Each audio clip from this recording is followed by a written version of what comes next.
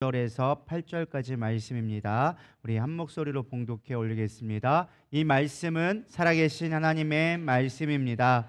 예수께서 이르시되 내 마음을 다하고 목숨을 다하고 뜻을 다하여 주 너의 하나님을 사랑하라 하셨으니 아멘. 베드로후서 1장 5절에서 8절 보겠습니다.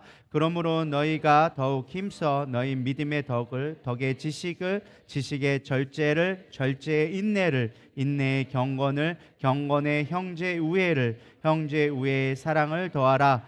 이런 것이 너희에게 있어 흡족한즉 너희로 우리 주 예수 그리스도를 알기에 게으르지 않고 열매 없는 자가 되지 않게 하려니와. 아멘. 자리에 앉으시면 감사하겠습니다. 오늘은 믿음의 지식을 더하라 라는 제목으로 같이 은혜를 나누길 원하는데요. 은혜롭게 참 감사하게도 제가 3번 연장 설교를 할 수밖에 없는 상황이 왔습니다.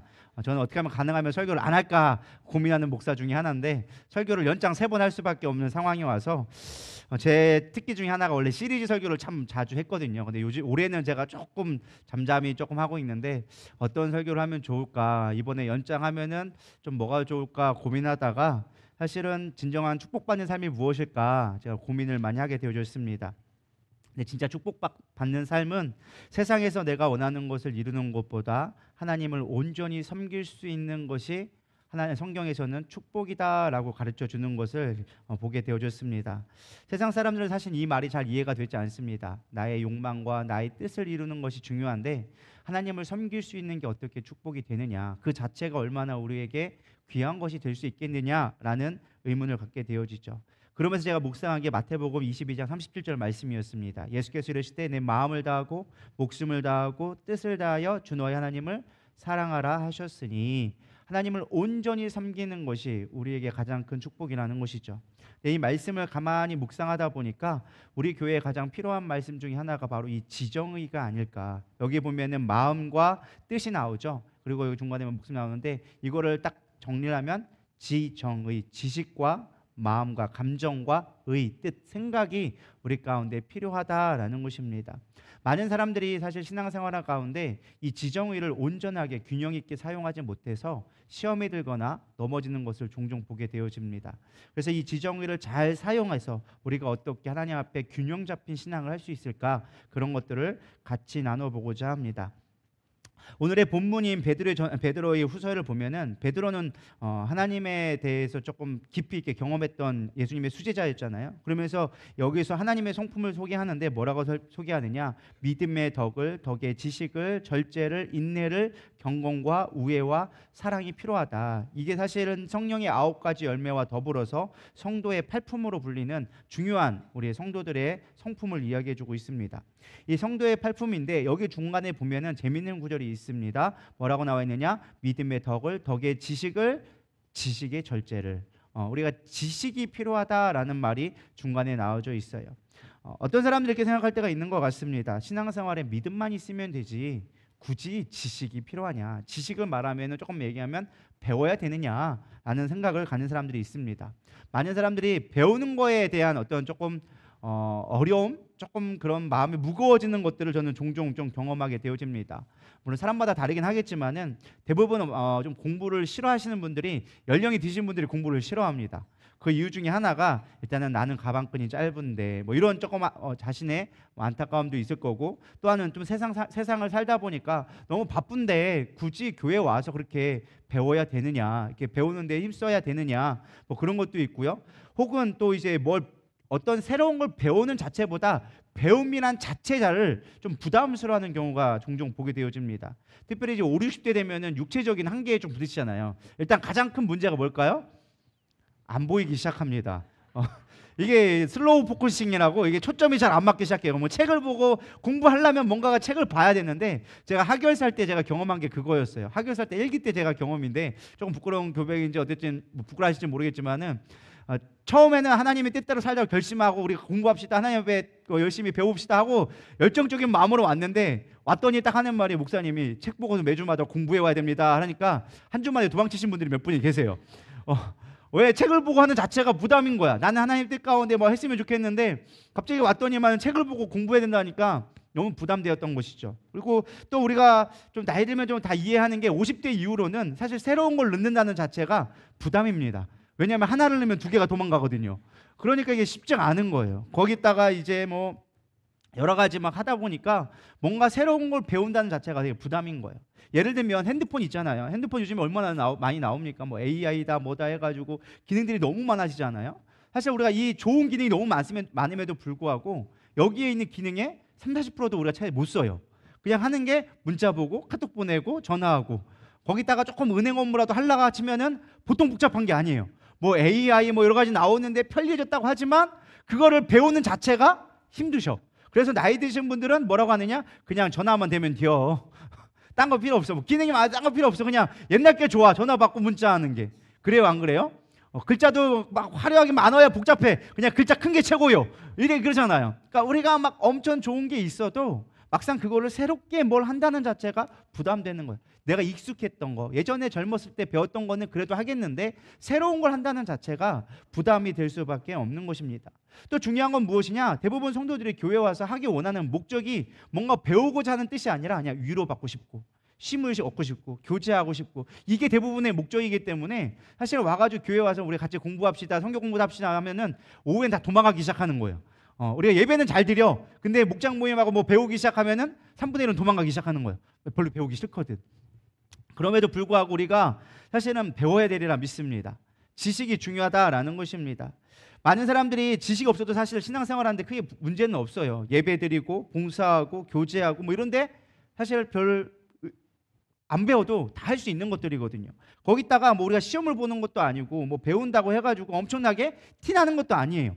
뭐 속에 있으니까 머릿속에 있는 건데, 우리가 뭐 배웠다고 갑자기 머릿속에서 뭐 똑똑함 이런 거 써 있으면 얼마나 우리가 열심히 하겠어요. 근데 그런 거 안 보이거든요. 뭐 얼마나 똑똑하든 안 똑똑하든 거기서 거기란 말이에요. 그러니까 우리가 배움에 대한 필요성을 잘 못 느껴요. 근데 성경에서는 분명하게 우리에게 얘기합니다. 배워야 된다. 지식이 필요하다. 지식이 없으면 안 된다라고 오늘 베드로 사도가 이야기해주고 있습니다. 오늘 본문은 베드로 사도가 죽기 직전에 마지막에 쓴 편지가 바로 오늘 베드로 후서인데요. 베드로는 사실 어부 출신이었습니다. 자, 어부는 지식층이었을까요? 지식층이 아니었을까요? 예, 당시에 어부는 그냥 쉽게 말하면 막노동하는 사람들과 거의 별반 다르지 않았습니다. 속된 말로 얘기하면 무식이 이맛박을 치는 그런 성향의 사람이 바로 베드로였습니다. 실제로 복음서에 나와 있는 베드로의 어떤 기록들을 보면요, 지극히 감정적이고 직관적이며 가장 큰 문제는 무엇이냐? 그런데 열심은 있다라는 것입니다. 그러니까 무식한데 열심은 있는 거예요. 세상에서 가장 무서운 사람이 어떤 사람이게요? 책 한 권 읽고 자기가 다 안다고 생각하는 사람들. 근데 되게 열심인 사람들 환장이 죽어요. 막 하나밖에 모르는데 그것만 옳다고 막 우겨대기면은 방법이 없는 거예요. 단무지, 단순 무식. 그런 사람도 되게 힘든 거거든요. 물론 그런 사람도 필요하겠지만 베드로가 거의 그랬던 사람이에요. 행동파였어요. 늘 생각하고 뭘 하기보다는 일단 행동해놓고 그 다음에 생각하는 스타일이었기 때문에 예수님과 같이 공생하는 동안 많은 예수님의 걱정거리가 되었던 게 베드로였죠. 근데 그런 베드로가 정말 성향적으로 원래 잘 많이 못 배우고 열정적인 사람이었는데, 그가 인생의 마지막 사역의 후반 예수님이 승천하시고 교회 사역을 하면서 복음을 증거하려고 하다 보니까 그의 후반에 깨닫게 된 것이 무엇이냐? 복음을 위해서는 지식이 필요하구나. 이걸 깨달았다라는 것입니다. 열정과 경험도 정말 중요하고 믿음도 중요하겠지만 내가 지식이 없어서는 하나님의 말씀을 온전히 가르칠 수 없겠구나라는 것을 깨닫게 되었다라는 것입니다. 물론 우리가 믿음만 있어도 전혀 구원받는 데 문제가 없습니다. 근데 하나님이 우리를 구원하실 때 야, 너만 천국 가라 라고 하지 않으셨어요. 오히려 우리에게 주신 명령이 있죠. 마태복음 28장 19절에 20절 잘 아는 말씀을 한번 암송해 볼까요? 시작. 그러므로 너희는 가서 모든 민족으로 제자를 삼아 아버지와 아들과 성령의 이름으로 침례를 베풀고 내가 너희에게 분부한 모든 것을 가르쳐 지키게 하라. 가장 중요한 게 뭐예요? 분부한 모든 것을 가르쳐 지키게 하라. 이게 우리에게 주신 핵심 포인트예요. 제자를 삼기 위해서 너는 반드시 가르치고 지키고 내가 그걸 함께 할 수 있게끔 너희들이 가르쳐야 된다라고 가르쳐주고 있어요. 근데 중요한 건 베드로가 이 사역을 감당하려고 해보니까 쉽지가 않은 거예요. 가르치려니까 뭐가 부족하다? 지식이 부족하다. 그래서 바울이 마지막 오늘 본문 말씀에 쓴 게 무엇이냐? 베드로후서 3장 15절 16절에 보면 이렇게 나와져 있습니다. 뒤에 보면 또 우리 주의 오래 참으심이 구원이 된 줄로 여기라. 우리가 사랑하는 형제 바울도 그 받은 지혜대로 너희에게 이같이 썼고 또 그 모든 편지에도 이런 일들에 관하여 말하였으되 그 중에 알기 어려운 것이 더러 있으니 무식한 자들과 굳세지 못한 자들과 다른 성경과 같이 그것도 억지로 풀다가 스스로 멸망에 이르느니라. 바울이 뭐라고 썼느냐면은 자기가 편지를 읽었다라는 거예요. 무슨 편지를 읽었느냐? 바울의 편지를 읽었다라는 거예요. 성경에서 신약에서 가장 많은 부분을 차지하는 게 뭐예요? 바울 서신, 무려 13권이나 되는 바울 서신을 쓴 거예요. 베드로가 복음을 증거하다 보니까 바울이 쓴 편지를 읽어봤을까요? 안 읽어봤을까요? 읽어봤어요. 읽어봤는데 보니까 뭐라고 고백하느냐? 야, 나의 형제 바울이 썼는데 그가 받은 지혜대로 너희에게 쓴 이 편지, 이 기록한 것, 쉽게 말하면 그 편지의 내용을 내가 봤는데 그 모든 편지에 대해서 보면 예수님에 대해서 잘 기록했다. 근데 베드로는 가방끈이 짧다 길다? 짧다. 그래서 뭐라고 고백하느냐? 솔직한 고백이 나와요. 그 중에는 알기 어려운 것도 들어있다. 내가 봤더니 야, 만만치는 않더라. 어렵더라. 근데 중요한 건 뭐예요? 그것들을 배워야 한다라는 거예요. 뒤에 보면 뭐라고 하냐? 너희가 은혜와 지식에서 자라가라 라고 하면서 권면해 주는 거예요. 근데 그 중간에 있는 게 무엇이냐? 너희가 지식이 없이 행하는 자를 뭐라고 얘기하느냐? 무식한 자들과 굳세지 못한 자들이 성경을 지 맘대로 풀어가지고 아주 개판 5분 전이 되어졌더라. 그러니까 너희들은 성경 말씀을 잘 배워야 한다라고 베드로가 권면해주고 있다라는 것이죠. 여기서 저는 이 말씀이 되게 많이 들어갔어요. 무식한 자들과 같으니. 저는 우리 누리다의 성도들이 무식하지 않기를 소망합니다. 할렐루야. 이건 뼈 있는 말이에요. 뼈 있는 말. 무식하면 안 돼요. 그냥 한 구절 아는 것 같고 본인이 은혜 받은 것 같고 다 아는 것처럼 마치 내가 하늘의 계시를 받아서 내가 온전한 것냥 그렇게 얘기하면 안 된다라는 거예요. 배워야 돼요. 배워서 남주나 내가 갖는다라는 거예요. 우리는 무조건 배워야 돼요. 배울 때 하나님의 뜻까지 된다는 거예요. 그냥 하나만 알고 그냥 그것만 자랑만 하고 있으면 그냥 무식하다라는 거예요. 그거는 마음이 굳은 자와 같다. 그래서 그런 사람의 특징이 무엇이냐? 억지로 푼다라는 거예요. 성경에서 얘기하고 있는 큰 흐름의 이야기를 보는 게 아니라 예수님의 진짜 의중을 보는 것이 아니라 한 구절만 딱 봐가지고 그거에 감동받아서 그냥 그거를 제멋대로 쓸 때가 많다라는 것이죠. 우리가 그렇지 않기를 소망합니다. 성경을 볼 때는 하나님의 뜻이 무엇인지, 이 성경 전체 흐름 가운데 무엇을 얘기하는지, 그래서 오늘날 우리 가운데 어떻게 하나님의 뜻이 이루어질 건지 그게 돼야지 자기의 자랑거리가 되어주고 내가 어떤 특별한 권세가 있는 거냐 착각하면 안 된다라는 것입니다.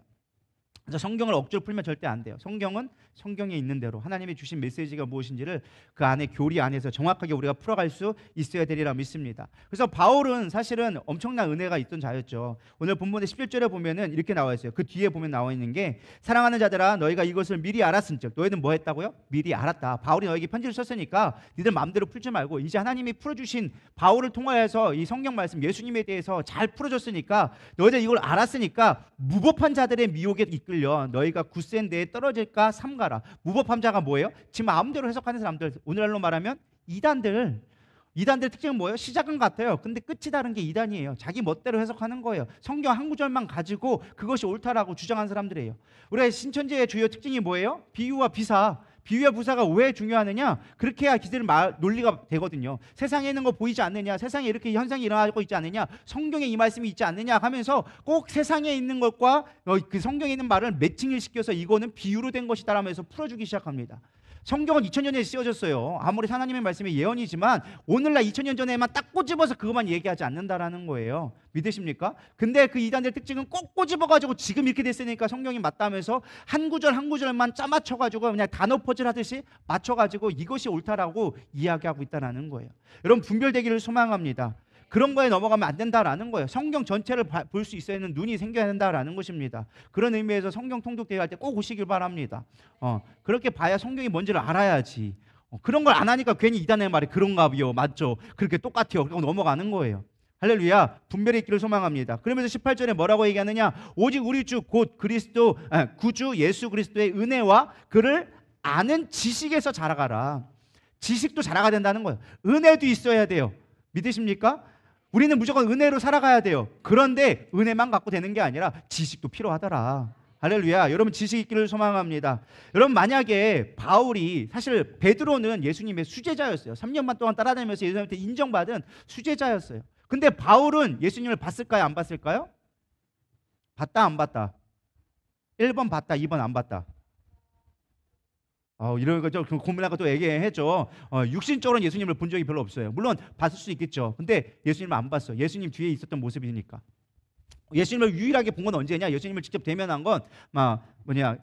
어디야? 다메섹 도상에 가다가 환상 중에 하나님이 봤어요. 왜 교회를 핍박하느냐? 왜 나를 핍박하느냐? 예수님이 그럴 때 바울이 나는 핍박한 적 없습니다. 야, 교회를 핍박한 게 나를 핍박하는 거다. 그러면서 예수님의 환상을 보면서 얘기하죠. 사실 솔직하게 얘기하면 그거 자기가 경험한 거지. 그게 누가 봤냐라는 거예요. 모른다라는 거예요. 옆에 있는 사람들도 못 봤는데 바울은 봤다고 얘기하니까 사실 바울 서신의 대부분의 이야기가 뭐였어요? 사도권에 대해서 얘기하고 있거든요. 사도는 예수님 앞에 직접 파송받은 자만, 보냄받은 자만이 사도라고 부를 수 있었는데 바울이 와가지고 자기가 사도라고 얘기하니까 예수님의 사도라고 얘기하니까 사람들이 안 믿었단 말이야. 너 예수님 본 적 있어? 안 봤잖아. 근데 이제 와서 무슨 사도라 그래? 너 예수님이 무슨 말 했는지 옆에서 뭐 했는지 너 봤어? 안 봤잖아. 근데 이제 와서 뭐라 그래? 사람들이 계속 사도권을 공격한 거죠. 그러니까 바울은 끊임없이 사도권에 변호하죠. 난 예수님이 직접 부름받은 자다, 예수님이 가르친 자다 얘기하죠. 근데 베드로가 그걸 인정했다 안 했다? 인정했어요. 왜냐하면 베드로는 예수님을 3년 동안 따라다니면서 말씀을 들었지만 직접 자기가 경험은 했지만 지식이 없어서 그걸 정리하지 못했어. 근데 바울은 왔더니만 그 하나님의 그 알고 있던 지식들을 가지고, 물론 자기의 고백은 뭐였어요? 지식을 배설물처럼 여긴다라고, 내가 다 버린다라고 포기했지만 결국엔 뭐예요? 그럼에도 불구하고 편지를 쓴 거 보면은 엄청나게 머리빵 굴려서 했거든요. 지식으로 했거든요.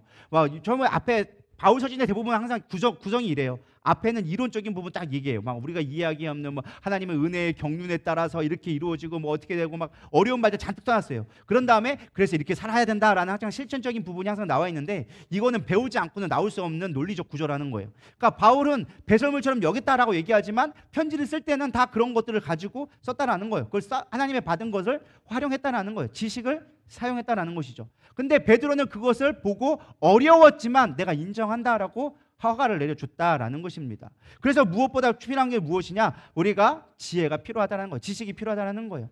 바울은 왜 가말리엘 수제자였거든요. 지금으로 말하면 하버드, 우리나라로 말하면 서울대 출신의 아주 똑똑한 인텔리전트한 사람이었거든요. 그러니까 그런 지식이 있었으니까 받은 은혜를 지식으로 사용하셔서 잘 정리해줘서 서신서를 쓴 거예요. 근데 베드로는 그것을 보고 내가 보니 복음을 증거하려다 보니 이것들이 필요하다라는 것들을 성도들에게 이야기해 주는 거예요. 자기의 마지막 유언과도 같은 베드로 후서에서 그렇게 쓰고 있다라는 것입니다. 그래서 우리가 볼 때 단순하게 우리가 믿음만 가지고 우리가 신앙생활하면 안 된다. 결국에는 뭐가 필요하다? 지식이 필요하다라는 것을 우리가 알 수 있다라는 것이죠. 그렇다면 지식이 없으면 우리가 어떻게 될까? 성경에서 지식이 없는 자를 뭐라고 얘기하느냐? 히브리서 5장 12절에 13절 말씀에 이렇게 경고해 주고 있습니다. 우리 한 목소리 읽어보겠습니다. 시작.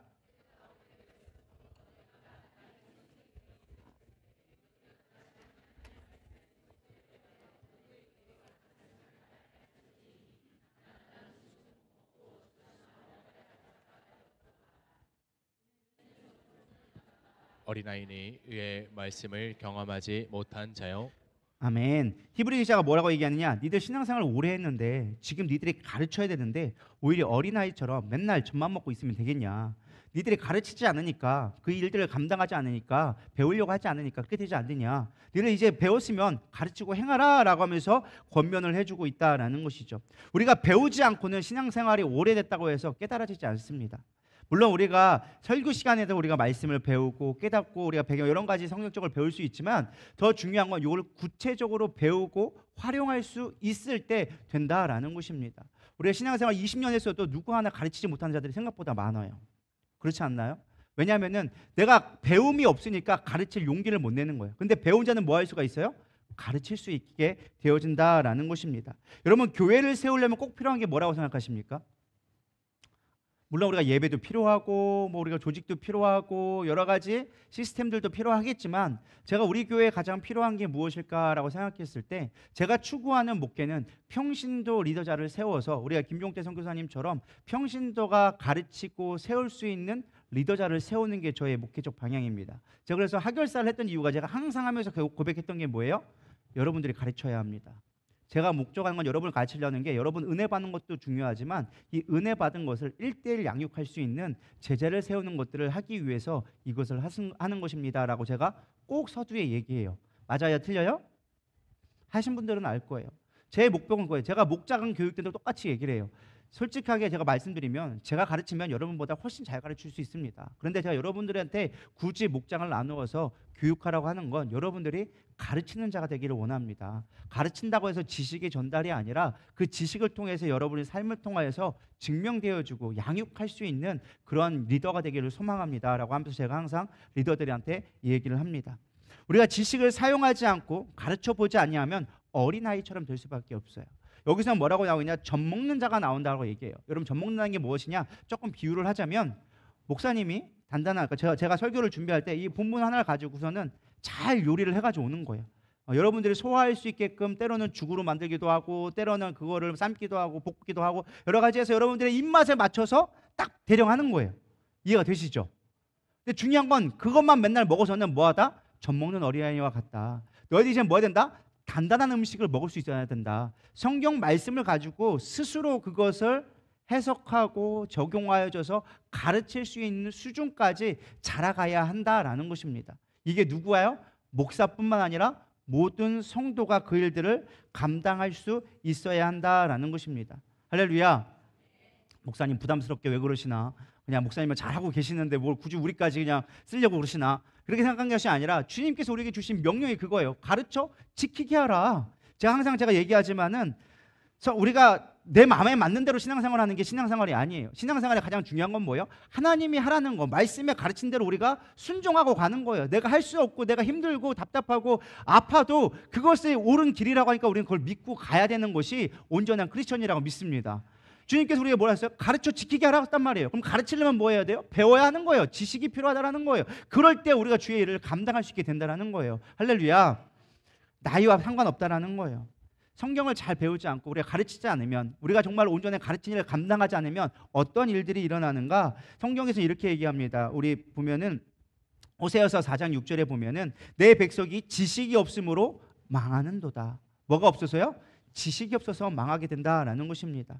실제로 우리 사무엘상에 보면은 이런 말씀이 있습니다. 사무엘이 나오는데요. 사무엘이 나오기 전에 누가 나오냐? 엘리 제사장이 나와요. 근데 엘리 시대에 뭐라고 나누냐? 하나님이 사무엘에게 말하면서 사무엘상 3장 1절, 이에 사무엘이 엘리 앞에서 여호와를 섬길 때에 여호와의 말씀이 희귀하여 뭐 했다고요? 희귀했다. 여기 희귀했다는 뜻이 무엇일까요? 말씀이 잘 없었다라는 뜻이에요. 쉽게 말하면은 엘리 제사장이 뭐 했느냐? 잘 가르치지 않았다는 거예요. 예배가 없었을까요? 제사장이 있었으니까 예배는 했을 거란 말이에요. 제사를 드렸을 거고 다 했단 말이에요. 근데 중요한 건 무엇이냐? 가르치지 않았다는 거예요. 엘리 제사장이. 이 가르치지 않음으로 말미암아 어떠한 재앙을 임하게 되었느냐? 우리 그 뒤에 있는 4장 18절에 보면 이렇게 나와져 있습니다. 엘리 제사장이 하나님 말씀을 귀히 여기지 아니하고 말씀을 잘 선포하지 않으니까 하나님이 법궤를 뺏어갔어요. 내가 너희와 더 이상 함께할 수 없겠다 하면서 블레셋을 통하여서 법궤가 뺏기게 됩니다. 그때 엘리의 두 아들이 죽게 되어져요. 죽게 되어지자 엘리가 그 소식을 듣고 앉아있다가 뒤로 다바짝 넘어져가지고 목이 꺾여 죽게 되어집니다. 18절 한번 읽어보겠습니다. 하나님의 궤를 말할 때 엘리가 자기의 의자에서 뒤로 넘어져 문 곁에서 목이 부러져 죽었으니 나이가 많고 비대한 까닭이라. 그가 이스라엘의 사사가 된 지 40년이었더라. 엘리가 사사로 부름을 받았지만 온전하게 하나님의 말씀을 가르쳐주지 않냐고 말씀이 희귀하여지니까 어떤 일이 했느냐? 죽음을 당했는데 그냥 죽은 게 아니라 개죽음을 당했어요. 여기 보면 참 재미있는 표현이 나와져 있어요. 뒤로 넘어져 문깃에서 목이 부러져서 죽었으니 나이가 많고 비대한 까닭이라. 성경에서 비대한 까닭, 우리는 비대하다고 하니까 뚱뚱한 걸 생각합니다. 그래서 하나님도 뚱뚱한 걸 싫어하시나 뭐 이런 생각 하실지 모르겠지만 그런 의미가 아니죠. 성경에서는 육적인 것 갖고 절대 얘기하지 않습니다. 육적인 표현을 했지만 영적인 의미를 가지고 항상 말씀해 드리죠. 첫 번째 보니까 뭐라고 나와 있습니까? 눈이 어두웠다라고 얘기하고 있어요. 눈이 어두웠다는 건 뭘까요? 하나님의 말씀을 온전히 깨닫지 못했다라는 뜻을 갖고 있습니다. 또 거기다 보면은 뭐라고 나와 있느냐? 비대했다라고 나옵니다. 뚱뚱했다라고 하는 이 뚱뚱했다라는 건 성경에서 뭐라냐? 육신의 욕심을 얘기할 때 뚱뚱하다라고 얘기해요. 그러니까 진짜 뚱뚱해서 뚱뚱한 게 아니라 그 안에 욕심이 많은 사람들을 육신으로 뭐 뚱뚱했다, 비대했다, 뭐 둔하다 이런 표현으로 많이 해요. 그리고 교만한 사람의 특징은 뭘까요? 항상 목을 이야기합니다. 목이 곧은 사람이야. 이스라엘 백성이 목이 고다 했다면서 주로 교만을 상징할 때 목이 곧었다라고 하는 거예요. 근데 하나님께서 이 엘리 제사장이 너무 교만하고 자기의 욕심밖에 차릴 줄 모르고 하나님의 말씀을 온전히 가르치지 않으니까 하나님께서 그 목을 꺾으셔가지고 한 방에 죽이셨다는 거예요. 믿으십니까? 그러니까 우리가 하나님의 지식이 없이 어떻게 되어지는 거예요? 목이 꺾이게 되어지는 거예요. 얼마나 두려운 말씀인지. 여러분, 하나님의 말씀이 증거되지 않으니까 엘리 시대의 사람 백성들 어떻게 되어집니까? 그들이 하나님의 말씀을 듣지 못하니까 그들이 어리석게 되어져서 어떻게 되어져요? 우상 숭배를 하기 시작해요. 여러분, 우상 숭배라는 게 다른 게 아니에요. 세상에 빠지기 시작했다는 거예요. 당시의 우상들은 뭐였어요? 바알 신과 아세라 신상들이 있었어요. 바알은 어떤 신이에요? 풍요의 쉽게 말하면 그 날씨를 주관하는 신, 번영의 신이 있고, 아세라 신상은 뭐예요? 번영의 축복의 신. 그래서 아세라 신상 보면 이게 가슴이 많고 배가 뚱뚱하잖아요. 당신은 뚱뚱하고 이렇게 가슴 큰 여자들이 복이 있다고, 애를 잘 낳는다고 해가지고 축복의 상징을 받았어요. 그래서 그런 걸 만들어 놓고 그걸 섬기기 시작했단 말이에요. 세상을 따라가는 것으로 따라갈 수밖에 없다는 거예요. 뭐가 없으니까? 지식이 없으니까. 하나님을 아는 지식에 대해 열심이 없으니까 세상으로 빠질 수밖에 없다는 거예요. 근데 반면에 모세를 봐보세요. 모세는 그렇지 않았다는 것입니다. 신명기 34장 7절에 보면 이렇게 나와져 있어요. 모세가 죽을 때 나이가 120세였으나 그의 눈이 흐리지 아니하였고 기력이 쇠하지 아니하였더라. 눈이 흐리지 않았다는 거예요. 눈이 흐리지 않는 건 뭐예요? 영적으로 깨어 있어서 하나님이 하신 말씀을 온전히 볼 수 있는 자가 될 수 있었다라는 것을, 눈이 띄어졌다라고 얘기하는 거예요. 모세의 마지막 유언과 같은 책이 있어요. 성경에 뭘까요? 신명기라는 책이 있어요. 신명기는 무엇이냐? 이스라엘 백성에게 마지막 죽을 때 너희들은 쉐마 이스라엘이여 들어라, 나의 말을 듣고 하나님의 말을 들어서 너희들이 이거 절대 잊어버리지 말고 이 말씀을 잘 지켜서 하나님의 뜻 가운데 살아라, 율법을 잘 지켜라, 계명을 지켜라. 그러면서 죽기 직전까지 모세는 뭐 했어요? 가르쳤다라는 거예요. 니들 들어라, 쉐마 이스라엘 들어야 된다. 니들 하나님 말씀을 들어야 산다. 니들 배워야 산다. 하나님의 뜻을 알아야 살지 않겠느냐. 니들 이 상태로 있다가는 가나안에 다 잡혀먹는다. 정신 차려라. 하나님이 우리를 어떻게 구원했는지 보고, 하나님이 우리를 어떻게 가나안에서 이 광야에서 살게 만드셨는지, 이끌어 주셨는지 니들 깨달아야 된다. 그 하나님을 배워라. 힘써 배워라. 할렐루야. 모세는 끝까지 하나님 말씀을 가르치다 죽은 자였어요. 우리는 모세를 뭐 그냥 인도자하고 뭐 능력 많은 자만 생각하지만 그렇지 않아요. 모세는 가르치는 자였어요. 믿으십니까? 제사장은 따로 있었어. 예배드리는 사람은 누구였어요? 아론 형이 있었어. 모세는 영적 지도자로, 가르치는 자로, 선지자의 역할을 감당했다는 거예요. 우리는 배우기에 힘써야 되리라 믿습니다. 그렇다면 우리가 배울 때의 주의사항이 무엇이냐? 우리가 배우는 거 참 좋아요. 근데 배운다고 무작정 배운다고 되는 게 아니에요. 첫 번째는 무엇이냐? 지식으로 인한 교만을 주의해야 돼요. 우리가 지식이랑 항상 어디 생각해요? 머리를 생각해요. 근데 머리에만 머물러 있으면 문제가 생기기 시작하는 거예요. 지식으로만 머물러 있으면 교만해지기 딱 좋습니다. 우리 고린도전서 8장 1절에 보기 나와져 있습니다. 지식은 교만하게 하며 사랑은 덕을 세워나니 벼는 익을수록 뭐한다?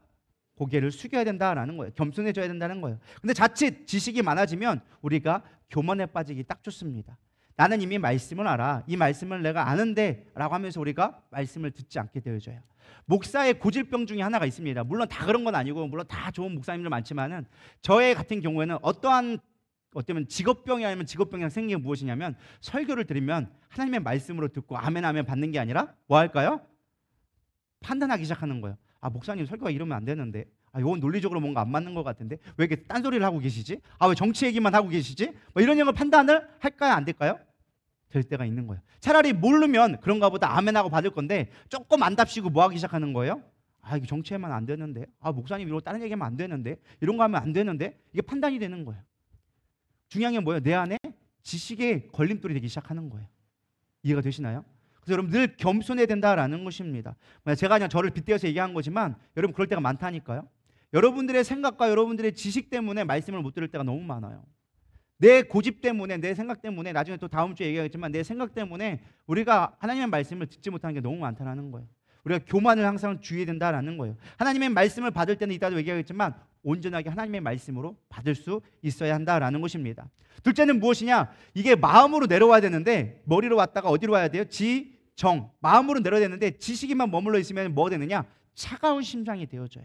무엇이냐? 이성적으로 바뀌기 시작하는 거예요. 우리가 머리 좋은 사람들을 특히 얘기해서 뭐라고 하느냐? 이성적인 사람으로 바뀐다고 얘기해요. 그러니까 MBTI로 얘기하면, MBTI 맞죠? MBTI로 얘기하면은 원래는 우리가 좀 F 성향이 있어야 되는데, 그래서 뭐라고 했어요? 사랑은 덕을 세우는 이 F의 감성이 있어야 되는데, 이게 공부를 많이 하고 지식이 많아진 사람의 특징은 무엇이냐? T로 바뀌게 되어져요. 그건 아닌 것 같은데요. 그건 성경에 그렇게 기록되지 않았는데요. 판단하고 율법하기가 딱 좋아. 성경에서 그렇게 항상 책만 받는 사람들 누구였어요? 바리새인과 율법자들, 서기관들이 좀 공부 좀 많이 했거든. 그러니까 맨날 뭐 하는 거야? 앉아가지고 따지기만 했다는 거예요. 야, 너 이건 아니다. 너 이건 안 된다. 막 그렇게 하니까 예수님이 뭐라고 했어요? 야, 하나님이 율법을 주실 때 하나님의 마음을 봐야지. 니들 맨날 율법만 보고 있고 옳다 아니다고만 따지고만 있으면 되냐? 니들 그거 잘못된 거다. 하나님의 마음을 배워야지 한다 하면서 예수님이 책망을 하신 것이죠. 그래서 고린도전서 10장 12절에 보면 그런즉 선줄로 생각하는 자는 넘어질까 조심하라. 우리가 지식이 분명히 필요해요. 근데 지식을 배웠는데 지식을 배웠다고 끝나버리면 뭐가 되느냐? 차가운 심장이 될 수가 있어요. 그래서 내가 지식을 배울 때 그걸 늘 겸손하게 사랑으로 덕을 세울 수 있는지를 늘 생각해야 된다라는 것입니다. 로마서 14장과 15절에 보면은 믿음이 연약한 자들에 대한 자세에 대한 모습이 나옵니다. 믿음이 있는 자와 없는 자. 그러니까 여기서 믿음이 있는 자는 지식으로 말미암아 하나님을 아는 자. 이게 믿음이 연약한 자는 지식이 없어서 하나님에 대한 율법을 잘 몰라서 행하지 않는 율법대로 행하지 않는 자를 얘기합니다. 사람들이 고린도 교회에 있는 사람들이 막 우상의 제물들 바친 거예요. 오늘날로 말하면은 뭐 할랄 푸드를 막 먹기 시작하는 거예요. 근데 성경이 얘기했잖아요. 피 있는 음식, 우상에게 바쳐진 제물은 먹지 말자. 그건 옳지 않다라고 얘기를 한 거란 말이죠. 그렇게 얘기했는데 사람들이 그걸 먹으니까 사람들이 얘기하는 거예요. 너는 그러면 예수 하나님 구원 못 받아. 막 이런 식으로 얘기해 버리니까 사람들이 시험 들어서 교회에 나올까요? 안 나올까요? 안 나오는 거예요. 교회가 내가 예수 믿구나 내가 믿겠다는데 먹는 거 갖고 그래요. 먹는 데는 개도 안 건드는데 막 그러면서 짜증내면서 안 나오기 시작하는 거예요. 그러자 바울이 권면한 게 뭐였어요? 야, 믿음이 있는 자는 그걸로 판단하고 정죄하는 것이 아니라 그가 온전히 세워질 수 있도록 가르치고 하는 게 너의 역할이지 판단하는 것이 너의 역할이 아니다. 믿음이 있는 자들이 감싸주는 게 역할이다. 지식 있다고 자랑하지 말고 그걸로 세우는 데 힘써라 라고 하면서 바울이 권면해 준 게 바로 고린도전서 14장과 15절의 이야기다라는 것입니다. 그래서 베드로후서 3장 9절에 아까도 베드로가 얘기했지만 뭐하냐? 오직 주께서는 너희에 대하여 오래 참으사 아무도 멸망하지 아니하고 다 회개하기에 이르기에 원하느니라. 바울이 얘기가 너희들 배워라. 근데 하나님이 우리를 기다려준 것처럼 너희도 기다려줘라. 할렐루야. 우리가 지식이 필요한 이유는 사람을 세우기 위해서지 내 자랑돼서는 안 된다라는 것입니다. 할렐루야. 그래서 무엇보다 지식은 뭐해야 된다? 차가운 심장이 되지 않게끔 주의해야 된다. 머리에만 머물지 않아야 된다. 또 가장 마지막 세 번째는 무엇이냐? 지식이 있을 때 행함이 없는 것은 중은 믿음이다라고 얘기해주고 있어. 야고보서 1장 22절에 보면 너희는 말씀을 행하는 자가 되고 듣기만 하여 자신을 속이는 자가 되지 말라. 아까도 얘기했지만 예수님이 바리새인과 서기관들을 끊임없이 책망했어요. 왜 책망했느냐? 우리 다 같이 졸리니까 마태복음 23장 3절에서 4절 읽어보도록 하겠습니다. 시작. 그러므로 무엇이든지 그들이 말하는 바는 행하고 지키되 그들이 하는 행위는 본받지 말라. 그들은 말만 하고 행하지 아니하며 또 무거운 짐을 묶어 사람의 어깨에 지우되 자기는 이것을 한 손가락으로도 움직이려 하지 아니하며. 아멘. 지금 예수님이 지금 바리새인들과 서기관들을 뭐라고 책망하고 있는 거예요? 야, 너희들 배웠다고 했잖아. 근데 그것을 행하고 지키는 자가 되어야 되지. 손가락 하나 까딱하지 아니하고 야, 걔들 가가지고 이래라 저래라 한다면 너희들 그 올바른 모습이냐? 니들의 행하는 것이 지식이 되어야지 그냥 머리만 알고 있다고 되는 것이 아니다라고 얘기하는 거예요. 제가 설교를 할 때 항상 고민하는 게 무엇이냐? 사실 뭐 10장, 20장 쓰는 거 얼마든지 써요. 저는 막 준비할 때 40장, 50장 쓰기도 해요. 쓰는 게 힘든 게 아니에요. 그건 물론 힘들고 피곤하죠. 10시간씩 막 하고 막 하는 게 힘든 과정이긴 하지만 진짜 설교가 힘든 건 무엇이냐? 내가 그 말씀을 증거했을 때 내 삶으로 사라지지 않는 것이 힘든 거예요. 여러분 이게 이해가 되시나요? 설교하고 싶은 건 너무 많아. 근데 하지 못하는 게 너무 많아. 왜일까요? 내가 그만큼 못 사니까. 그것이 내 안에서 나의 삶으로 나의 어떤 그 말씀이 내 안에 체화되지 않으니까 그 말씀을 증거하기가 어렵다라는 것입니다. 물론 때의 필요에 따라서는 제가 그냥 내가 못한다 할지라도 여러분들이 할 수 있도록 가르치는 목적으로 위해서 제가 말씀을 증거할 때도 있지만 대부분 저는 설교할 때 항상 고민하는 것들, 제가 고민하는 것들은 내용이 어려워서가 아니라 내가 그대로 살지 못하기 때문에 어려워할 때가 되게 많이 있어요. 막 고민해요. 가끔 여러분 잘 모시겠지만 토요일 날 되면은 제가 이렇게 막 오르락 내리락 하면서 괜히 막 사람들 간섭하고 그런 거는 설교하다가 항상 그럴 때는 제가 뭔가가 부딪힐 때 그런 역할을 하는 거예요. 왜 이거를 내가 풀어내야 되는데 풀어내지 못하니까 답답하니까 안 되니까 가가지고 어떻게 요리는 잘 되고 있어요? 막 이러고 야 예배는 잘 드리고 있냐? 막 이러면서 하는 이유가 뭘까요? 안 풀어지니까. 아는 사람만 아는 거예요. 토요일 날 교회에 있는 사람만 아는 거고 모르는 사람들 그냥 목사님 알아서 나오겠거니 생각하는데 저도 그걸 한편을 설교하기 위해서 몸부림치는 거예요. 하나님, 이 말씀이 나에게 내 마음에 와닿아야 되고 내 말씀이 내 영혼을 움직여야 되고 내가 그렇게 살아갈 용기가 있어야 되는데 내가 그만큼 다 살지 못한다 할지라도 그거만큼 살 만큼 내 마음이 움직여져야 되는데 이 말씀이 내 안에 와닿지가 않아요. 이 말씀이 나를 치지 못해요. 이 말씀에 내가 순종하기가 어려워요. 이 말씀이 나에게 너무 어려워요. 그렇기 때문에 사실 씨름을 하는 거거든요. 여러분들이 말씀을 들을 때 좀 씨름을 했으면 좋겠습니다. 할렐루야. 하나님, 내가 오늘 이 말씀대로 살아보려고 내가 몸부림쳐 볼게요. 안 되는 거 뻔히 알아요. 내가 실패할 거 뻔히 알아요. 근데 하나님, 내가 행해 볼게요. 도전해 볼게요. 또 시도해 볼게요. 힘들고 또 쓰러질 것 같지만 그래도 하나님의 말씀이니까 내가 따라가 볼게요 라고 하는 결단이 있을 때 여러분 지식이 쌓이기 시작하는 거예요. 할렐루야. 여러분 그런 은혜가 있기를 소망합니다. 여러분 필리핀 가보세요. 우리 필리핀 김종재 선생님 제가 참 본받고 선배님 목사님으로서 참 존경하는 분인데 제가 추구하는 목회를 정말 잘하고 계세요. 성도들로 하여금 가르치는 자로 세우는 거예요. 막상 김종재 선교사님은 그냥 그 12교회가 되다 보니까 한 번씩 가서 설교하는 데만 해도 3개월이 걸려요. 그러니까 한 주 하잖아요. 그러니까 우리가 12주가 되려면 어떻게 될까요? 한 교회씩만 간다고 해도 12번 12주가 걸려요. 그러니까 거의 2개월, 3개월이 걸려요. 보통 뭐 중간에 뭐 일도 있고 막 한국도 나오고 막 하시다 보니까 한 번 도는데 3, 4개월이 걸린대요. 한 바퀴 뺑 도는데. 근데 뭐 거리가 가보서 알겠지만은 여러분 교회가 우리가 막 옆에 있는 교회 이런 교회가 아니에요. 보통 차 타고 3시간 막 2시간 뭐 이렇게 가야 돼요. 그러니까 여기 가서 한번 설교하고 여기 가서 한번 설교하고 여기 가서 한번 설교하고 그러다 보니까 막상 온전히 성도를 다 가르치기가 어려워. 근데 그분이 정말 잘하는 건 무엇이냐? 리더를 철저하게 훈련시켜요. 어떻게 훈련시키냐? 아침마다 묵상해라. 묵상해서 기록해서 보고해라. 그러면 김종성께서는 맨날 그 아침에 묵상한 거 보고한 것들을 다 받으셔요. 우리가 한 거 3분 보고 외우는 거 막 그것만 생각하지 그렇지 않아요. 너희들 복음으로 가르치고 그들이 왔으면 어떻게 해야 돼요? 말씀으로 가르칠 수 있어야지. 그러려면 너희들이 말씀을 알아야지. 철저하게 훈련시켜요. 말씀 철저하게 훈련하고 묵상하게 만들고 그리고 매 주마다 모여가지고 목자 리더들 매일마다 말씀으로 2-3시간씩 훈련시켜요. 그러니까 교회가 세워지는 거예요. 믿으십니까? 저는 우리 누리다의 성도들이 그렇게 훈련받을 수 있는 준비된 자가 되기를 소망합니다. 목사님 뭐 또 교육을 해요? 왜 해요? 막 이렇게 하는 것이 아니라 나는 못해요. 아유 젊은 사람들이나 하는 거지 뭐 나 같은 사람이 해요. 여러분 그러지 않기를 소망합니다. 제가 우리 교회에 소망을 본 게 무엇이냐? 제가 교육을 해보고 성경 통독을 하잖아요. 성경 교육을 하잖아요. 놀라운 게 참 감사한 게 젊은 사람들은 중간에 다 도망가. 근데 우리 가장 큰 언니들이 2분이 3분이 그냥 주구장창하고 계셔.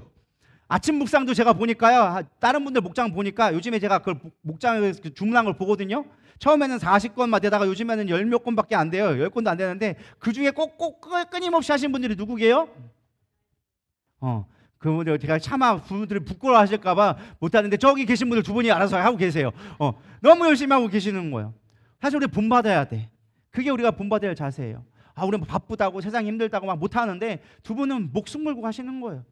할렐루야. 그러니까 나이 먹었다고 핑계댈 게 아니라는 거예요. 할 수 있다라는 거예요. 우리가 배우기에 힘쓰기를 소망합니다. 그럼 우리가 지식을 더할 때 우리의 자세는 어떻게 되느냐? 저는 가장 중요한 게 뭘 배우냐도 정말 중요해요. 근데 뭘 배우냐는 여러분들 시간을 가면서 하면 열심히 하면 되니까 문제가 되지 않는데 중요한 건 우리가 배울 때 자세가 중요하다. 이 자세만 하고 말씀을 마치도록 하겠습니다. 여러분 느헤미야를 보면 떠오르는 게 뭘까요? 느헤미야 하면 딱 떠오르는 게 성경 좀 보시기 바랍니다. 이게 대답이 나오는데 아직 멍하고 있고 느헤미야가 누구야 이러고 있으면 안 돼요. 느헤미야 하면 떠오르는 게 뭐예요?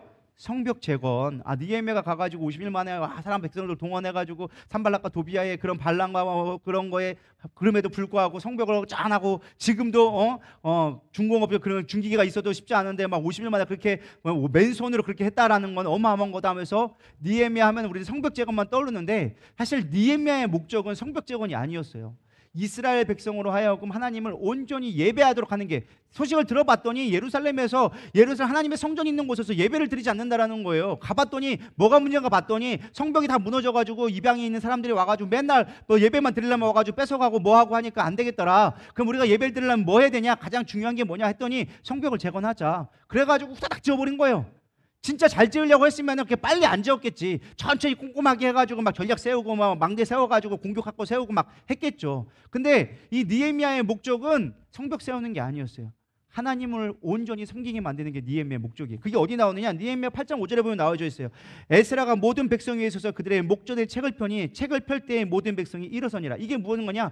성벽을 다 재건하자마자 그 다음날 뭐 했느냐? 다 모여보세요 한 다음에 누구를 선택했느냐? 학자 에스라. 당신은 성경을 너무나 잘 아니까 우리의 백성들이 지금 예루살렘에 있는 사람들이 하나님의 말씀을 몰라서 예배하지 못하고 있습니다. 그러니 당신이 백성들을 모아놓을 테니 하나님의 말씀을 가르쳐 주세요. 그래서 학자 에스라를 세워가지고 강대상이 있는 것도 아니었어. 강대상 처음에 어떻게 나왔느냐? 없으니까 가갖다 나무 짜가지고 에스라가 만들어가지고 어떻게 말씀을 전할까? 말씀을 필 데 없으니까 당신은 회당에서 했으니까 뭐 다 있었단 말이에요. 근데 없으니까 아무것도 없으니까 광장에 모여가지고 그냥 나무 개짝 만들어가지고 거기다 올려놓고 말씀을 쫙 펴니 백성들이 뭐 했다? 다 같이 일어나서 하나님의 말씀을 받았다라는 것입니다. 근데 그때 예배 드릴 때 얼마큼 드렸느냐? 한두 시간 30분 이렇게 드린 게 아니에요. 우리는 1시간만 돼가지고 목사님 언제 끝나요? 졸려 죽겠어요. 왜 그래요? 막 그렇잖아요. 근데 거기는 보통 3시간, 짧아야 3시간. 여기서 보니까 아침에 해 뜰 때부터 해 질 때까지 그럼 보통 몇 시간 얼마가 될까요? 6시간에서 8시간 정도까지 하나님의 말씀을 듣는데 그들이 단 한 명도 주저하지 않고 서가지고 하나님의 말씀을 받았더라라고 얘기해주고 있어요. 우리가 하나님의 말씀을 받을 때 그런 말씀으로 우리가 하나님의 말씀을 배울 때 그렇게 지식을 받아들일 때 하나님의 역사가 일어나는 거예요. 부흥은 딴 데서 일어나지 않아요. 부흥은 말씀 속에서 일어나게 되어져 있어요. 우리 안에서 하나님의 말씀이 살아날 때 부흥이 일어나는 것이지 굴른다고 되는 게 아니에요. 물론 굴는 것도 필요해요. 은사가 있어야 내 마음이 깨지니까. 굴르는 건 딱 하나예요. 우리가 안 깨지니까 하나님이 굴리시는 거예요. 야, 좀 깨져라. 이거 네 고집 좀 깨트리고 네 아집 좀 깨트리고 네 생각 좀 깨트리고 깨트려서 뭐 해라. 내 말씀을 받으라는 거예요. 할렐루야. 그래서 굴르는 거 꼭 좋은 건 아니에요. 늘 안 깨지니까 굴리는 거예요. 깨질 것 같은 사람은 별로 굴릴 필요가 없어. 알아서 잘 듣는데 뭘 굴릴 게 뭐가 있겠어. 물론 하나님이 때로는 치료해 주려고 굴리기도 하고 막 힘들고 은혜도 주시지만 정말 중요한 건 뭐다? 부흥의 역사는 말씀이 들어와야 되는 거예요. 그냥 머리로 하는 말씀이 아니라 그 말씀이 내 안에서 살아 역사되고 그것이 깨달아져서 그것을 배우려 할 때 하나님의 말씀을 귀히 여길 때 된다라는 거예요. 여러분 성경이 어떻게 쓰여진지 아십니까? 성경을 필사할 때 그들이 그냥 쓴 게 아니었어요. 하나님이라는 단어가 나오면 붓을 바꿔서 새 붓으로 그 하나님이라는 단어를 썼어요. 데오스는 말, 야훼라는 말을 한 번 쓸 때마다 하나님 앞에 기도하고 하나님의 말씀을 씁니다. 하나님의 이름을 씁니다 하고 한 글자 쓰고서는 또 하나님 앞에 기도하고 그렇게 해서 성경을 필사했어요. 그럼 빨리 쓸 수 있을까요? 못 쓸까요? 빨리 쓸 수가 없었어요. 그리고 그들은 아침마다 목욕제기를 하고서 성경을 필사했다는 거예요. 한 권 쓰려면 몇 년씩 걸렸어요. 그렇게 쓰여진 성경인데 우리는 너무 쉽게 보잖아요. 말씀을 들으는데 졸고 있잖아요. 물론 하나님의 말씀의 문제가 아니라 전하는 자의 문제일 수도 있겠지만 중요한 건 말씀을 우리가 받는 게 중요하다라는 것입니다. 또 신약에도 똑같은 이야기가 나와요. 사도행전 17장 11절 12절 다 같이 한번 읽어보겠습니다. 시작. 베레에 있는 사람들은 데살로니가에 있는 사람들보다 더 너그러워서 간절한 마음으로 말씀을 받고 이것이 그러한가 하여 날마다 성경을 상고함으로 그 중에 믿는 사람이 많고 또 헬라의 기부인과 남자가 적지 아니하나. 아멘. 사도행전 보면은 데살로니가 교회가 참 잘 세워진 교회잖아요. 근데 중요한 건 뭐냐? 성경의 사도행전에 데살로니가보다 더 좋은 교회가 있다. 말씀을 받는데 더 잘하는 교회가 있는데 베레아라는 교회예요. 우리가 잘 친숙한 이름은 아닌데 되게 유명한 교회인데 유명한 있는 곳인데 뭐라고 나오느냐? 그들은 너그러워서 어디에 성경 말씀에 보면은 뭐라고 하냐? 뭐죠? 그건 까먹었네요. 다른 번역본 다 해석했는데 너그럽다란 말로 했어요. 이 너그럽다라는 게 품성도 얘기하는 거지만은 그들이 하나님의 말씀을 들을 준비가 됐다는 거예요. 수용할 준비가 됐다는 거예요. 그래서 말씀을 들을 때 그냥 받는 것이 아니라 하나님의 말씀을 온전히 받아서 스펀지처럼 흡수하길 원하는 그런 준비된 자의 마음을 너그러운 마음이다라고 얘기하는 거예요. 우리의 굳은 마음들을 제하여 버리고 너그럽게 받을 수 있어야 되리라 믿습니다. 하나님 말씀을 들을 때 그걸 온전히 받아야지 내가 취사 선택하면 안 된다라는 거예요. 예를 들어 볼게요. 여러분 산수를 한단 말이에요. 덧셈 뺄셈은 여러분들이 잘해. 덧셈 뺄셈은 막 쫙쫙 나와. 근데 곱셈 나눗셈 하니까 어렵네. 그래서 여러분 생각하는 거, 난 곱셈 나눗셈 안 할래. 덧셈 뺄셈만 할래. 여러분 그러면 수학 할 수 있을까요? 없을까요? 할 수 있어요? 되긴 돼요. 되긴 되죠. 남들은 3, 6, 18 할 때 3 곱하기 3 더하기 3 더하기 3 더하기 3 더하기 있으니까 문제가 힘든 거죠. 이해가 될 뿐이에요. 이해가 되시죠? 그러니까 우리가 하나님의 말씀을 사칙연상에 예를 들은 거 비유를 들은 건데 하나님의 말씀을 들을 때 내가 좋은 건 들어. 근데 내가 듣기 싫은 거는 안 들어. 그러면 우리가 신앙생활을 잘할 수 있을까요? 못할까요? 이렇게 하면 좀 이해가 잘 되죠. 우리가 그런 일들을 많이 할까요? 안 할까요? 한단 말이에요. 내가 좋은 말씀을 쏙 들어. 제가 지난번에 금요일도 얘기했지만 우리는 듣고 싶은 것만 듣는다. 듣기 싫으면 우리는 뭐가 듣는다? 다치기 시작해요. 눈이 다치고 귀가 다치고 마음이 다치기 시작해. 나 듣기 싫은데 벌써 이미 눈이 다쳤어. 귀가 다쳤어. 그리고 마음이 다쳐가지고 당신은 얘기하십시오. 평소에 안 보던 성경책만 계속 보고 있어. 평소에 성경 보면 얼마나 좋아. 꼭 설교 시간에 성경책 보고 있네. 뭐 하는 거예요? 나 듣기 싫다? 너는 얘기해라. 나는 내 몰란다. 이러고 있는 거예요. 절대 설교 시간에는 성경책 보는 시간이 아니에요. 여러분 성경책 보지 말라고 앞에서 띄워주잖아. 아예 앞에만 보라고. 맨날 쭉 하면 이렇게 성경책만 보고 있어? 그럼 뭐예요? 나 듣기 싫으니까 나 건들지 마세요 하는 걸 그거 한 거거든요. 그럼 별로 은혜로운 표정이 아니야. 여러분도 은혜가 안 되고 나도 은혜가 안 돼. 전하는 자도 별로 은혜가 안 되는 거예요. 할렐루야.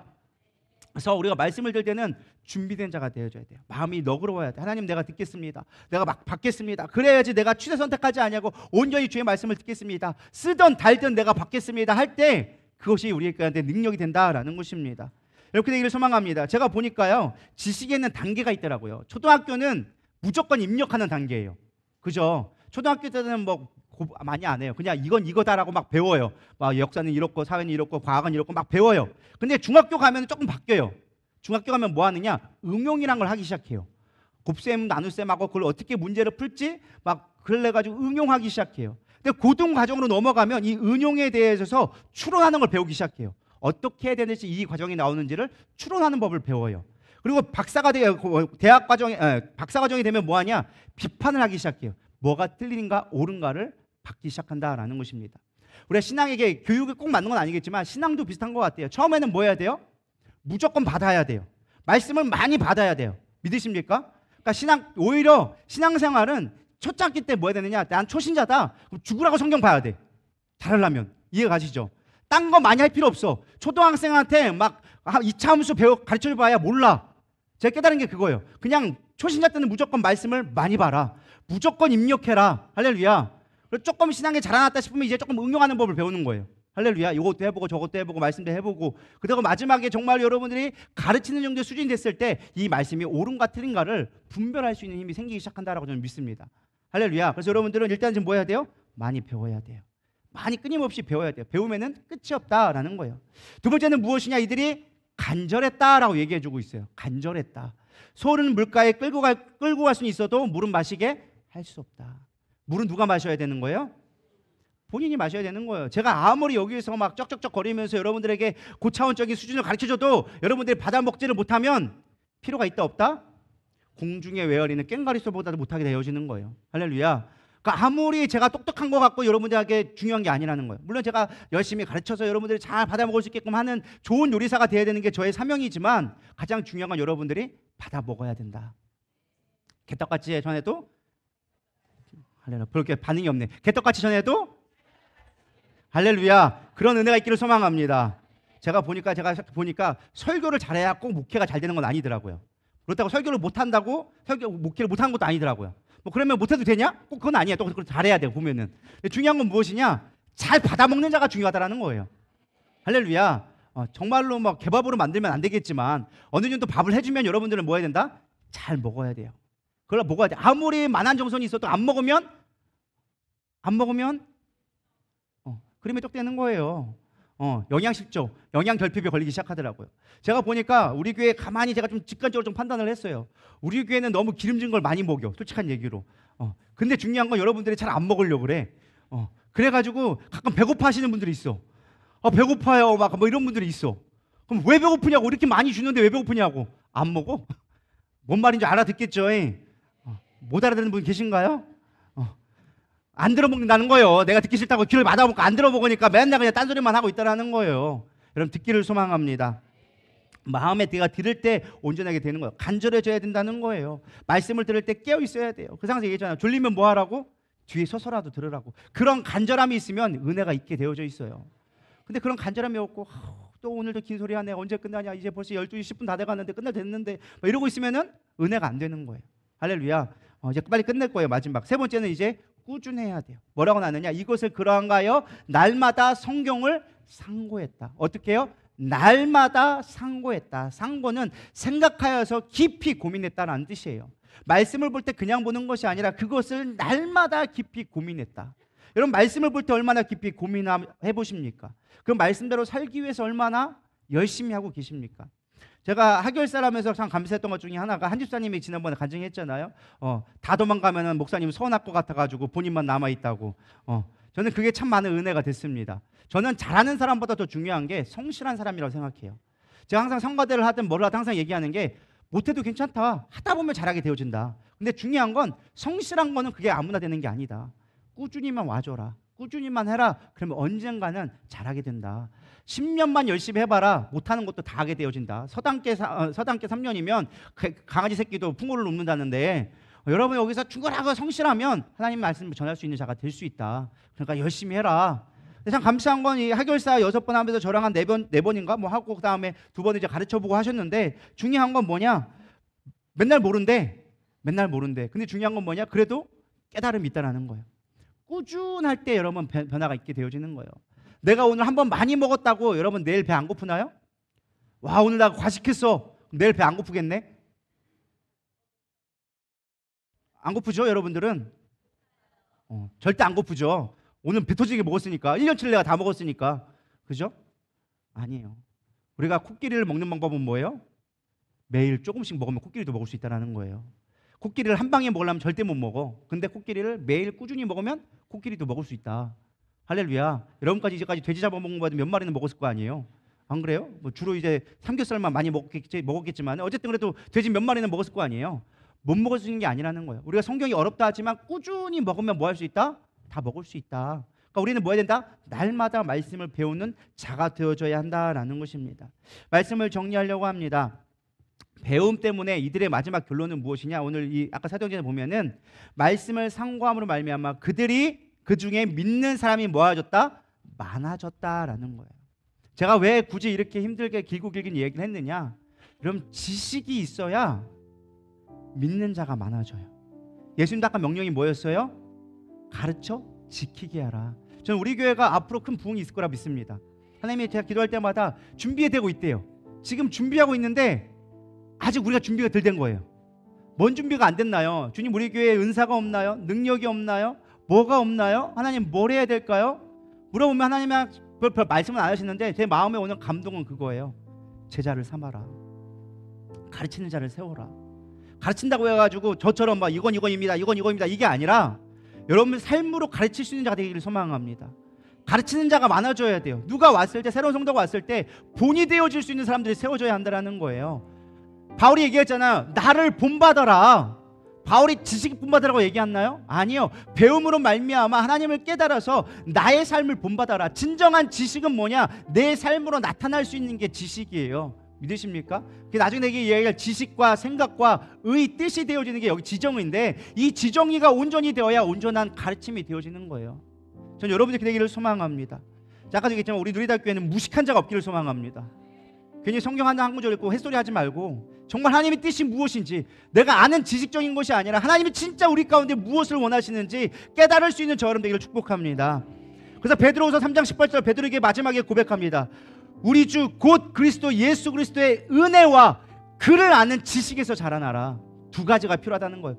은혜도 필요하지만 아는 지식에서 자라가라. 지식이 점점 자라나야 된다라는 것입니다. 밸런스가 맞아야 된다라는 거예요. 은혜는 솔직한 얘기로 감정적인 거 많아요. 다음번에 얘기할 우리의 감정과 생각에 많은 영향을 끼칩니다. 근데 더 필요한 건 지식도 있어야 된다. 우리가 모르니까 삐지는 거예요. 하나님을 모르고 교회의 원리를 모르고 목사님을 모르고 성도들을 모르니까 삐지는 거예요. 넘어지고 시험 드는 거예요. 여러분, 시험 들지 않기를 소망합니다. 항상 담임 목사님 하는 말 있잖아요. 좀 중심을 봐라. 담임 목사님 표현을 하면 중심 좀 봐라. 나 그렇게 쪼잔한 사람 아니다. 나 그렇게 사람들 쉽게 판단하는 사람 아니다. 너희를 위해서 눈물을 흘리며 나는 기도하는 자다. 그런 자의 중심을 봐야지. 왜 말 한마디에 사람들의 옆에 하는 말에 휘둘리냐. 중심을 봐라. 하나님도 얘기하는 거예요. 하나님의 중심을 보라는 거예요. 그 말씀을 배우기를 소망합니다. 우리는 사람을 할 때 말에 흔들리지 않았으면 좋겠어요. 제가 가끔 보다 보면 성도들 가운데 말이 너무 앞설 때가 있어요. 그건 다음 시간에 얘기할 건데, 지식과 생각에, 감정에 너무 빼앗긴 사람들 너무 많아. 신앙은 감정으로 하면 안 돼요. 물론 감정도 필요하지만 감정을 잘 사용할 수 있어야 돼요. 그러기 위해서는 감정을 다스리기 위해 필요한 것이 무엇이냐? 지식이 필요한 거예요. 아, 내가 이러면 이때는 이렇게 하면 안 되는 거구나. 아, 하나님이 이걸 싫어하시는 거구나. 알아야 그걸 조절할 수 있지. 안 그래요? 그럼 자동차를 운전해야 되는데 운전면허 내가 배우지 않고 운전할 수 있어요? 그냥 페달만 밟으면, 악셀만 밟으면 나가는 거니까 될까요? 아니에요. 그냥 나가면 다 죽는 거예요. 그거를 컨트롤할 수 있는, 그래서 지식의 절제도 필요한 거예요. 믿으십니까? 저 여러분이 무엇보다 온전히 배울 수 있기를 소망합니다. 잘 배웠으면 좋겠어요. 이 귀양 배울 거면 제대로 배웠으면 좋겠어요. 할렐루야. 온전히 배워야 우리는 흔들리지 않는다라는 것입니다. 저 우리 교회가 온전히 서기 위해 가장 필요한 것이 무엇일까 기도하는 가운데, 저에게 주신 은사가 뭘까? 제가 할 수 있는 일이 무엇일까요? 기도했을 때 저에게 주신 하나님의 감동은, 야, 너에게 준 달란트가 있잖아. 너는 다른 거 못해도 그래도 잘 가르치잖아. 저는 제가 그게 은사인 줄 몰랐어요. 제가 처음 했던 게 아니었어요. 제가 FMB 가가지고 이제 목사님들, 선교사님들 데리고 있는데, 제가 그때 막 박사과정 끝나고선 처음으로 이제 막 해외 집회를 처음 갔을 때였어요. 갔는데 이제 여러 목사님들 갔잖아요. 우리 교회, 한국 교회에서 날다긴다 하신 분들하고 막 많이 갔단 말이에요. 가가지고 했는데, 제가 자랑을 조금 하자면 제가 기립박수 받은 사람이에요. 거기서. 오, 그죠? 근데 그때 잘했던 게 무엇이냐? 뭐 제가 뭐 지식적인 거 뭐 저보다 훌륭하신 분 너무 많죠. 근데 저는 막 모르니까 뭐 어쨌든 다 선배 목사님들이잖아요. 다 선교사님들이고 다 훌륭하신 분이잖아요. 근데 그분들 앞에 선다는 게 너무나 부담되는 거예요. 그래서 정말 열심히 준비하고 정말로 그냥 잘 해보려고 정말 최선을 다해서 열정을 다해서 가르쳤더니 그분들이 그걸 좋게 봐주셨던 것 같아요. 그러면서 어떤 같이 가셨던 목사님들 하는 게, 야, 이 목사에게는 가르치는 은사가 있는 것 같아. 잘 가르쳐줬어. 고마워라고 하시더라고요. 그래서 내가 그때 내가 가르치는 은사가 처음 있다라는 것을 깨닫게 되어줬어요. 그리고 요즘에는 주변에 있는 목사님들이 이 목사는 말빨이 장난이 아니요. 그래가지고 그냥 아무거나 저도 내가 할 거요, 잘할 거요. 그러니까 걱정하지 말고 야 막 이렇게 하시는 분들이 있어요. 근데 저는 절대 그렇게 생각하지 않거든요. 저는 말 잘하는 사람이 아니에요. 저는 이 설교를 10편을 이 10장을 준비하기 위해서 10시간, 20시간씩 준비하지 않고는 저는 못하는 사람 중에 한 사람이에요.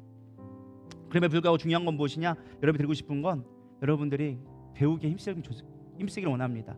가르치는 자가 됐으면 좋겠어요. 어느 순간에 가도 여러분들이 말씀이 툭툭 튀어나올 수 있고 내 삶으로 증명되어지고 정말 배우기에 힘써서 마지막 내가 천국 가는 그날까지 배우기에 힘쓸 수 있는 사람. 여러분, 배움에 대한 깨달음 있잖아요. 또 그것만큼 재밌는 게 없어요. 여러분들이 공부하기를 싫어서 하시는 분들은 뭐 이상한 소리 하지만 얘기하는 것 같이 보이지만 여러분, 하나를 깨달을 때 아는 기쁨은요, 음식 짜장면 짬뽕보다 훨씬 맛있어요. 이해가 되시나요? 먹어봤어야 알지. 이 맛있는 거. 김종국 그러잖아요. 운동하면 뭐라 그래요? 맛있다. 야, 딸기맛 난다 막 그러잖아요. 우리는 절대 그런 거 모르잖아요. 그죠? 힘들어 죽겠는데 무슨 딸기 맛이야 이러잖아요. 아는 사람만 아는 맛이 있어요. 이게 저같이 좀 공부 제가 좋아하진 않지만 이게 뭔가 들이다 파는 사람들의 특징은 뭔가 하나 깨달으면 진짜 재밌거든요. 저 혼자 신나서 해. 여러분 별로 다 졸려하는데 혼자 신나가지고 막 할 때가 있어. 가끔 경험해 보셨을 거예요. 이 목사 또 흥분했다. 쟤 뭔가 또 봤다 막 이럴 때가 있을 거예요. 근데 그거 기쁨을 누리면 딴 거 비교 못해요. 그렇죠. 벌써 아시잖아. 말이 빨라지고 흥분해가지고 막 혼자서 침 튀기면서 다 졸고 있는데 혼자만 막 침 튀기면서 할 때가 있단 말이에요. 그런 깨달음이 있기를 여러분 소망합니다. 그러면 말씀을 배우는 게 재밌어요. 전 여러분들이 이 지정의를 잘 사용하셔서 하나님을 기쁘시게 하는 자, 교회를 세워가는 자 되기를 축복합니다.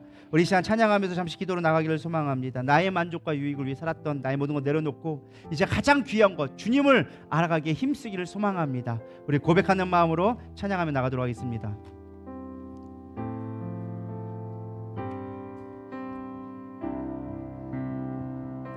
나의 만족과 유익을 위해 가지려 했던 세상 일들 이제 모두 다 해로 여기고 주님을 위해 다 버리네. 내 안에 가장 귀한 것 주님을 알미라. 모든 것 되시며 의와 기쁨 되신 주 사랑합니다. 부활의 능력 체험하면서 주의 고난에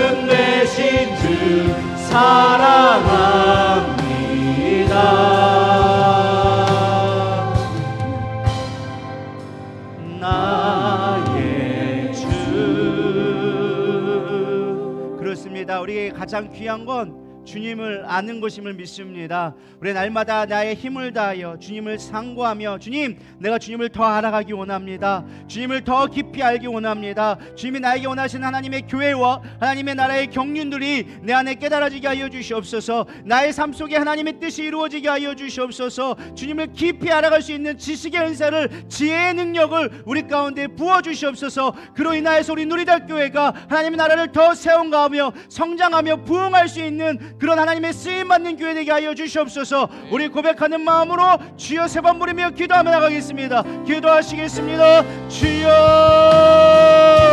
주여, 주여.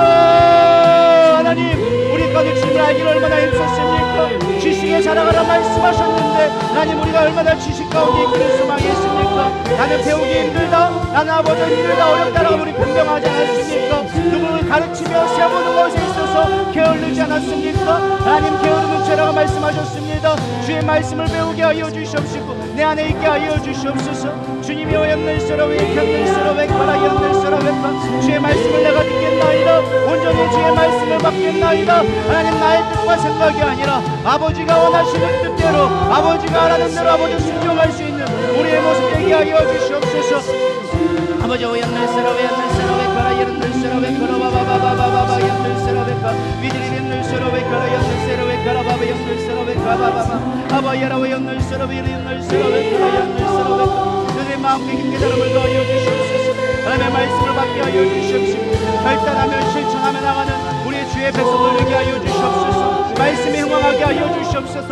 말씀에 살아나게 하여 주시옵소서. 하나님의 말씀이 내 마음 가운데 울리게 주도록 주님 역사하여 주시옵소서. 오늘 주님을 구합니다. 은혜 꺼내 주시네 감사합니다. 영광 받아 주시옵소서. 하나님 함께 하여 하나님 감사합니다. 오늘 주의 말씀을 들었습니다. 하나님, 지식에 더욱더 자라가라 말씀하신 주님의 명령, 땅끝까지 이르러 내 증인이 되어지며 가르쳐 지키게 하라 말씀하셨는데 우리의 삶 가운데 얼마나 주의 말씀을 지켰습니까? 얼마나 그 말씀을 지키기 위해 몸부림쳤습니까? 때로는 우리가 뭔가 배우는 것에 대한 부담으로 인하여져서, 때로는 그 필요성을 느끼지 못하여져서 우리는 배우기를 두려워했으며 하나님의 지식에 대하여서 아는 것에 대하여서 아버지 느끼지 못했습니다. 이제 하나님 깨닫게 하시니 감사합니다. 내 마음에 결단하게 하여 주시옵시고 하나님을 알 때 힘써 알게 하여 주시옵시고 세상 것과 비교하여져서 넘어지지 않게 하여 주시옵시며 오직 주님만을 기뻐할 수 있는 삶이 될 수 있도록 우리 성도 한 사람 한 사람을 붙들어 주시옵소서. 비금치 않도록 인도하여 주시옵시고 삶의 여러 가지 문제들이 산적합니다. 우리가 해결할 수 없는 문제들이 너무나 많습니다. 그러나 주님을 알아갈 때, 주님이 더욱더 하실 것을 믿을 때 우리 그 모든 문제를